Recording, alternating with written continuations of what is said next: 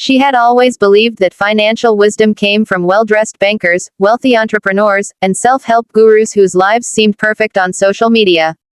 Money, to her, was a world of luxury cars, expensive watches, and glittering parties. She never imagined that a mechanic in a small, dusty garage would hold a truth more profound than all the lectures and seminars she had attended. It was a bright Saturday morning when she decided to visit the auto shop. Her car had been making strange noises for days, and she was finally tired of ignoring them. The shop was modest, tucked between two old buildings, the paint faded and the windows smudged. She entered, her heels clicking against the cracked floor, and looked around at the tools scattered everywhere, the smell of oil and gasoline hanging in the air. Behind the counter stood a man in his late 40s. His clothes were simple, a worn-out shirt and pants, and his hands were blackened with grease. She smiled condescendingly, a little amused by the sight. "I need some advice," she said, leaning against the counter. "Financial advice, actually. Can you help me?" The mechanic paused, wiping his hands on a rag. His eyes met hers, steady and calm. He didn't laugh, nor did he make her feel ridiculous. Instead, he tilted his head slightly and asked, "What kind of advice are you looking for?" She chuckled, thinking this would be a fun experiment. "I want to know how to make more money. You know, how to invest wisely, how to grow wealth." He nodded slowly, as if he had heard this question 1,000 times, yet he didn't rush to give her a typical answer. Instead, he leaned on the counter, and in a voice calm but firm, he said, "You want money. First, understand one thing, money is not about numbers or investments. Money is about choices." She raised an eyebrow, surprised. "Choices?" she asked. "Yes," he replied. "Every single day, we make choices. We choose what to spend on, what to save, who to trust, and where to put our time. Most people think making money is about getting rich fast, about finding a shortcut. But wealth, real wealth, comes from consistent, small choices, repeated every single day." She laughed softly. "That sounds simple, but everyone says it's complicated." He smiled faintly. "Simple, yes. Easy, no. The problem is not the complexity of money, but the complexity of our minds. Most people are slaves to habits, emotions, and society's pressures. They chase what they don't need and ignore what truly matters." Her curiosity piqued. She leaned closer. "So, what should I do then?" He leaned back and looked out at the open street, as if the answer came from somewhere far away. "First, know your priorities. Most people spend money to impress others, to buy status, to appear successful. But status doesn't feed your soul, it only empties your wallet. Understand what matters to you, not what society tells you should matter." She nodded slowly, feeling a strange weight in her chest. She had never thought of money like that before. "Second," he continued, "learn to live below your means. Not because you have to, but because it gives you freedom. Money spent wisely is energy, and energy is power.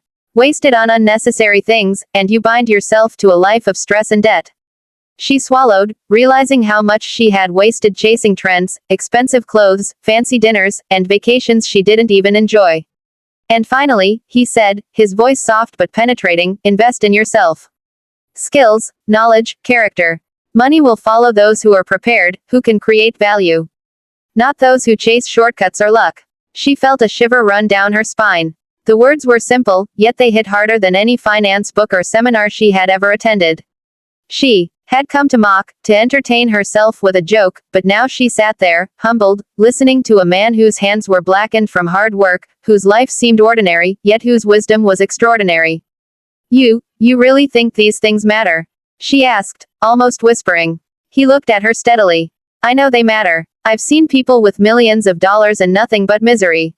And I've seen people with very little who are rich in ways money can't buy. The choice is yours. But remember, wisdom is free, the price comes from ignoring it." She realized then that she had underestimated him. She had judged him by the dirt on his hands, the simplicity of his clothing, the modesty of his life. But none of that mattered. What mattered was the depth of his understanding, the clarity of his perspective, and the honesty with which he spoke.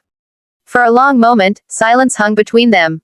Then she asked, "So, should I start by saving more, spending less, learning more?"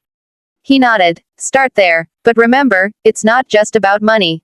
It's about discipline, patience, and integrity. Wealth without these is fragile. Wealth with these becomes unshakable." She left the garage that day with more than just a repaired car. She carried a new perspective, a new respect for life, and an unexpected lesson from someone she had almost dismissed. The mechanic had shown her that true wealth was not measured by accounts or assets, but by choices, values, and the courage to live intentionally. Weeks passed, and she started making small changes. She stopped impulsive purchases, invested in learning new skills, and focused on what really mattered to her. She realized that the mechanic's advice wasn't just financial, it was life advice. And it had the power to transform her completely. One evening, she returned to the same garage, not for her car, but to thank the man. She found him working under a vehicle, grease on his hands, sweat on his brow, the same calm, steady presence. She smiled, and he looked up, as if expecting her. "Thank you," she said simply. He nodded, wiping his hands. "For what?" "For opening my eyes. For reminding me what truly matters." He smiled faintly. "Sometimes, the greatest lessons come from the most unexpected places. Just remember, keep making the right choices." She left once again, a little wiser, a little humbler, and a lot more aware. That day, she learned a truth that money couldn't buy, a lesson she would carry forever. The poor mechanic's words had done what no luxury seminar, no wealth guru, and no book ever could. They had awakened her mind and changed her life.